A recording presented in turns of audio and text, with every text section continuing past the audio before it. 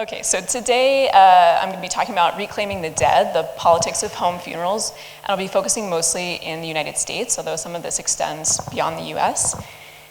So today in the US, the term home funerals generally refers to care of the dead that is planned and carried out largely without the funeral industry, usually by family and friends.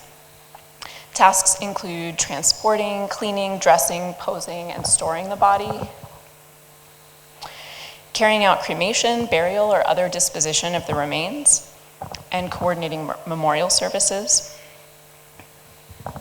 And these are just some images of American and Canadian home funerals from the past decade or so.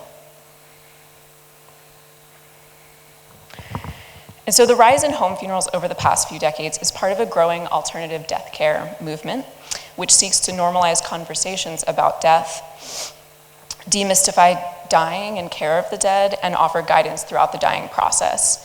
And while home funerals have a long history, for most of the 20th century, the standard American funeral took place in a funeral home, a domestically inspired yet ultimately commercial space for embalming, viewing, and commemorating the dead. In the 1960s, the long simmering dissatisfaction with the traditional funeral came to a boil. Newly publicized options for caring for the dead, whether they were labeled home funerals, simple burials, or alternative funerals, they helped reshape Americans' understanding of and expectations for care of the dead. So in the first part of my talk, I'm going to describe how the traditional funeral moved from the home to the funeral home, and how community care, how professional care came to replace community care. And then I'm going to compare two influential texts from the 1960s that called for a reclamation of the dead. These are texts that use different tactics, but they were both trying to popularize alternatives to the traditional American funeral. And in the last part, I'm going to consider funeral reform activism alongside other examples of politicized care of the dead. Different kinds of activists with different aims called for and enacted greater control over care of their dead, but some were hoping to change what the living did for the dead, while others were changing what the dead could do for the living. And so I'm arguing here that understanding these histories of these different approaches to death care together can help us evaluate when today's alternative and home funerals are enacting a politics of reclamation, and when they're maybe signaling a continuation or even an expansion of unscrupulous tactics of the funeral industry. So home funerals were the standard procedure across North America until about the 1860s. And during the American Civil War, the desire for families to bury their fallen soldiers at home rather than near battlefields or in national cemeteries, this facilitated the uptake of embalming, which chemically preserved the body long enough to make the journey home.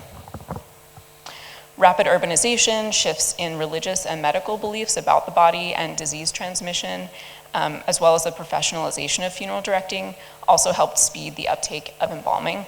But one death in particular increased its popularity. Can anyone guess who maybe died around this period? Lincoln.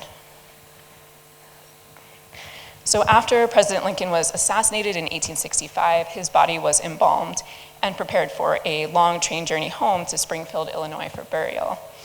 The train traveled through 180 cities and stopped in 10 of them for these elaborate public viewings of his body. And millions of Americans paid their respects and witnessed the handiworks of embalmers up close. As embalming formulas and technology improved, the procedure became more affordable and accessible. And by the turn of the 20th century, Americans were increasingly entrusting their loved ones to funeral professionals, whose duties expanded to include removing, embalming, and cosmeticizing the body, selling caskets and vaults, arranging the purchase of flowers and a burial plot, coordinating with clergy, and planning the viewing of the body and the funeral ceremony, all at rapidly rising costs. Although workers of the death care industry positioned themselves as necessary to providing dignity for the dead and closure for the living, some protested this approach to death and mourning. Many felt that the largely unregulated industry exploited families at their most vulnerable, that those in grief were not in a position to negotiate or shop around for the best value. To do so seemed indecent, cheap, and petty at a time to reflect on the meaning of life and to honor the dead. Those in need of a funeral director were consumers in that they were intending to buy goods and services, yet they were not comfortable making the inquiries and demands that usually accompanied large expenditures. So many were upsold into purchasing these fine funerals that they couldn't afford, and they were following this funeral industry logic that money was the measure of devotion, and the more spent, the better. So by mid-century, Americans were growing uneasy with the funeral industry's monopoly on death care. Nonprofit, volunteer-run organizations called memorial societies started to form in small numbers in the 1930s, and then these grew exponentially in the 1960s and beyond. Memorial societies coordinated simple, low-cost burials for members by negotiating standard fees in advance with funeral directors. And this enabled members to avoid incurring the staggering, often unexpected costs that were too often added to the burdens of grief. So while concerns about the funeral industry had been voiced before, the 1960s were a turning point for death care in America. In 1963, all in rapid succession, the Catholic Church lifted its ban on cremation. Jessica Mitford's expose of the funeral industry became an instant bestseller, and President Kennedy was assassinated. Against a backdrop of escalating military engagement in Vietnam, Cold War tensions, decolonization across the globe, and the increasingly visible civil rights movement, partly thanks to television, Americans were prompted to reflect anew on the rituals of caring for the dead. The movement to community-organized funerals picked up speed in part thanks to the publication of a Manual of Simple Burial by Ernest Morgan, first published in 1962. The book's first aim was, quote, to assist families, church groups, trade unions, and others in obtaining simplicity, dignity, and economy in funeral arrangements, and in particular to encourage and assist in the development of memorial societies. Drawing on his experiences at the helm of a memorial society in an intentional community in Burnsville, North Carolina, Morgan offered detailed instructions for how to carry out on a volunteer basis what funeral directors insisted was expert, dangerous, and psychologically damaging work. Geared towards those who hope to simplify funerals rather than to do the actual body care work themselves, the book covered practical information on the logistics of death, burial, body donation, and conducting ceremonies, with sections entitled How to Organize a Memorial Society, What to Do When a Death Occurs, and Funeral Prepayment Plans. And you can see here a table of contents from a later version. The book went through 14 printings.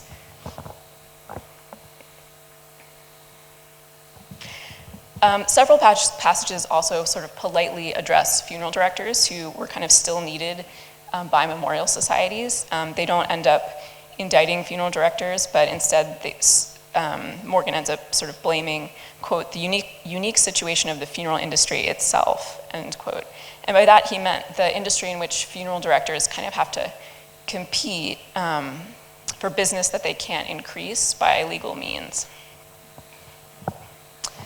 So in plain language, Morgan also addressed topics like guilt and grief, and he explained the philosophy behind a simple burial.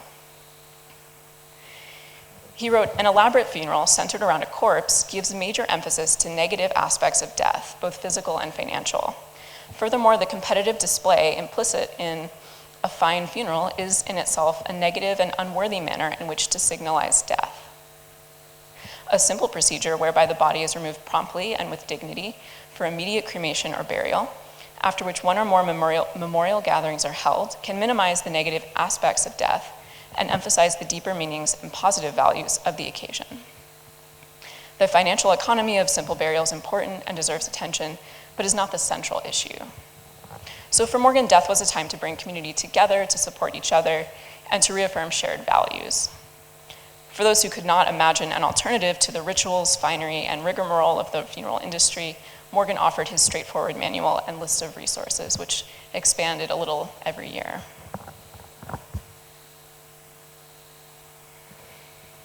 Whereas Morgan's manual offered a practical advice for arranging a basic funeral and memorial service, Jessica Mitford's book The American Way of Death, was a scorching critique of the funeral industry, targeting funeral directors, private cemetery owners, florists, funeral accessory companies, and clergy alike. Mitford argued that the standard practices of these professionals were unscrupulous and exploitative. For Mitford, it wasn't just a few rogue practitioners ruining the reception or the reputation of an otherwise upstanding industry. The whole business, top to bottom, was built to extract as much money as possible from Americans in mourning.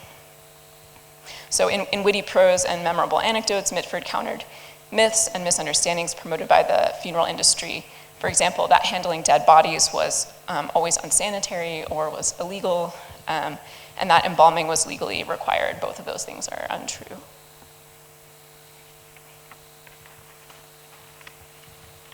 And Mitford once said, "You may not be able to change the world, but at least you can embarrass the guilty."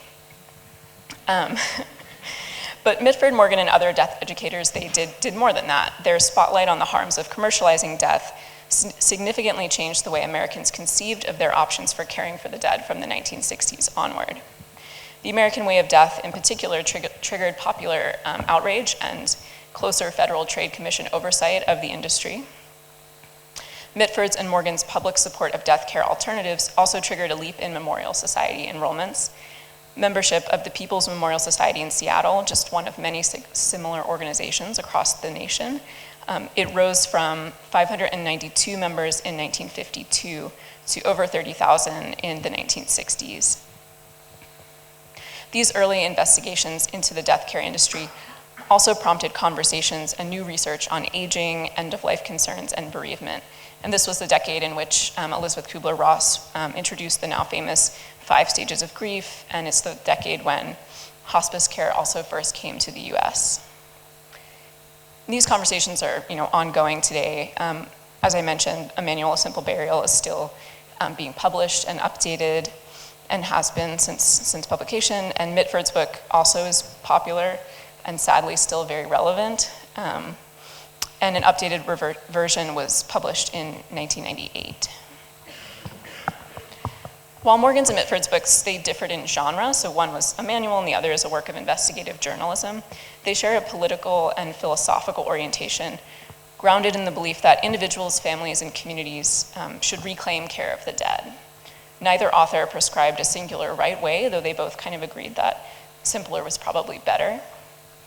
Reclaiming care of the dead did not negate the need for specialized knowledge and skills, but rather foregrounded the membership of the deceased in a community and asserted the ability and necessity of the community to manage and participate in the care of their dead.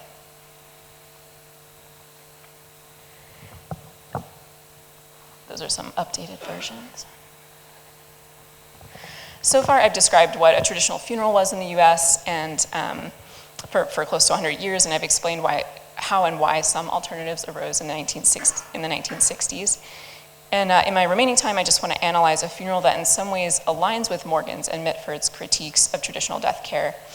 But the kind of refusal and reclamation enacted in this funeral speaks to different social and political aims, and it maybe points to some gaps in the way funeral reformers like Mitford and Morgan thought about death in America. So among the many funeral directing tactics that Mitford criticized was the centrality of the so-called memory picture.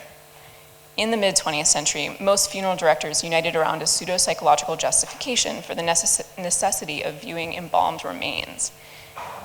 Historian Gary Latterman explains this idiom framed the funeral as an instrument of psychological as well as spiritual healing for survivors. And the viewable body was defined as the active agent in the eventual triumph over the pain of losing a loved one.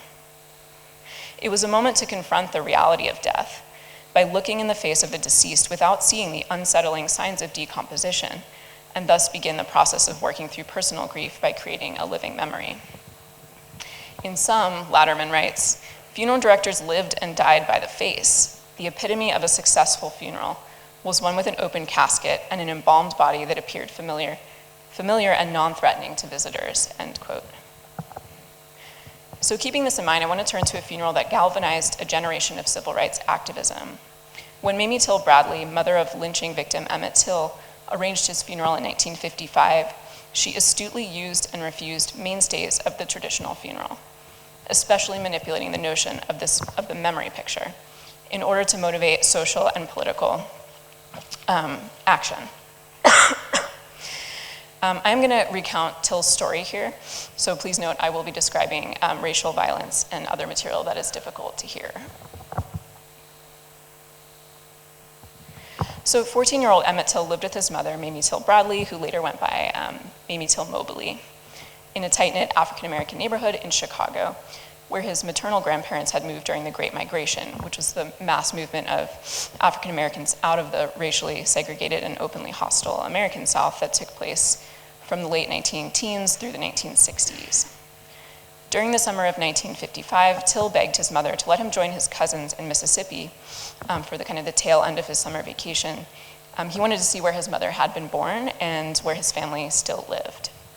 So Bradley agreed to let him stay with his great aunt and uncle in Money, Mississippi, where he arrived on August 21st, 1955. 10 days later, his great uncle, Moses Wright, was called by the sheriff to the banks of the Tallahatchie River to identify Till's naked and mangled body. A gold ring inscribed with his father's initials was the best clue to Till's identity, given the waterlogged and mutilated state of the body. Till had been abducted at gunpoint in the middle of the night 3 days prior by two white men, Roy Bryant and J.W. Milam. The week prior, Till had allegedly attempted to flirt with a young white woman who worked at a grocery store, where he and his cousin had stopped to buy candy and soda. In retaliation, Bryant and Milam, relatives of the woman at the grocery, beat, tortured, and shot Till before dumping his body in the Tallahatchie River with a cotton gin fan tied around his neck with barbed wire. So Till was brutally murdered for breaking the code of behavior expected of him as a black boy among whites in the segregated South. So after her son's murder, Mamie Till Bradley wielded her pain, fury, and disbelief into a potent demand for civil rights. She defied expectations about black womanhood, motherhood, and mourning in order to turn Till's murder into an unforgettable moment in history. When Bradley learned that the Tallahatchie County Sheriff planned to bury Till's remains immediately in a hastily dug grave, quote, to do away with the evidence, as his cousin speculated, she and her mother contacted clergy, police, and government officials, both locally in Chicago and in Mississippi, to stop the burial. Till's uncle arranged for the boy's body to be embalmed in Mississippi, and he accompanied his nephew's casket on the train to Chicago. When the casket arrived at the station, Bradley defied the sheriff's orders to keep the casket sealed and demanded it be opened. In a later interview, she said, "And it was then when I looked at Emmett that I could not believe there was even something human that I was looking at. And I was forced to do a bit-by-bit analysis on his entire body to really make sure that was Emmett, because if there had been any way to disclaim that body, I would have sent that body back to Mississippi because I did not want that body. But it was without a doubt that that was Emmett." Bradley's examination of her son's body played a central role in the trial of Bryant and Milam 2 weeks after his funeral, as the defense claimed the body pulled from the river was not Till's. Although Bradley provided forceful testimony at the trial, the jury returned a not guilty verdict, citing the state's, quote, failure to prove that the recovered body was Emmett Till's.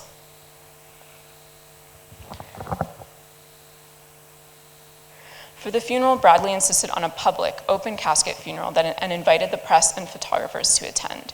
She would not permit the funeral director to reconstruct and beautify Till's corpse, as would have been customary, although the undertaker did dress Till's body in a suit. Bradley stated, "I wanted the whole world to see what they had done to my boy." Over 10,000 people viewed Till's body over the course of Labor Day weekend, and many spoke to them as they filed past swearing to never forget him. While mainstream newspapers refused to publish photographs of Till's disfigured body, the images were circulated in African-American publications, including Jet, a national magazine, and the Chicago Defender newspaper. The vast circulation of the haunting photos ensured the whole nation, indeed the whole world, was enlisted as a witness to racial terror in the US. While Bradley had not been politically active prior to her son's murder, when forced to arrange for the care of his body, she invoked all the solemnity and dignity of a traditional funeral to contrast with the depravity of a nation that permitted widespread terror against its black citizens. She turned a moment of acute personal loss into a public call for national unity. Till's body was neither the first nor the last to be displayed for all the world to see. However, his funeral images activated a new phase of the civil rights movement, galvanizing what came to be known as the Emmett Till generation. Youths who saw the images of Till's mutilated body and joined the Black freedom movement. And in this way, Bradley harnessed the power of a distinctive American way of death to fight for social and political justice for the living. So today I've offered a brief overview of the history of traditional and alternative American funerals, and then I've tried to situate critiques of the funeral industry that arose in the 1960s alongside Till's funeral. This is just one of many political funerals in the Black freedom struggle that demonstrated the power of community care of the dead in service of broader justice.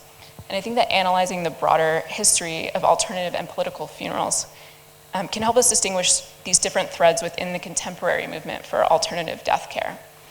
And considering these histories together expands our understanding of what tradition means to differently situated people in American society and what alternatives might be possible. So thank you.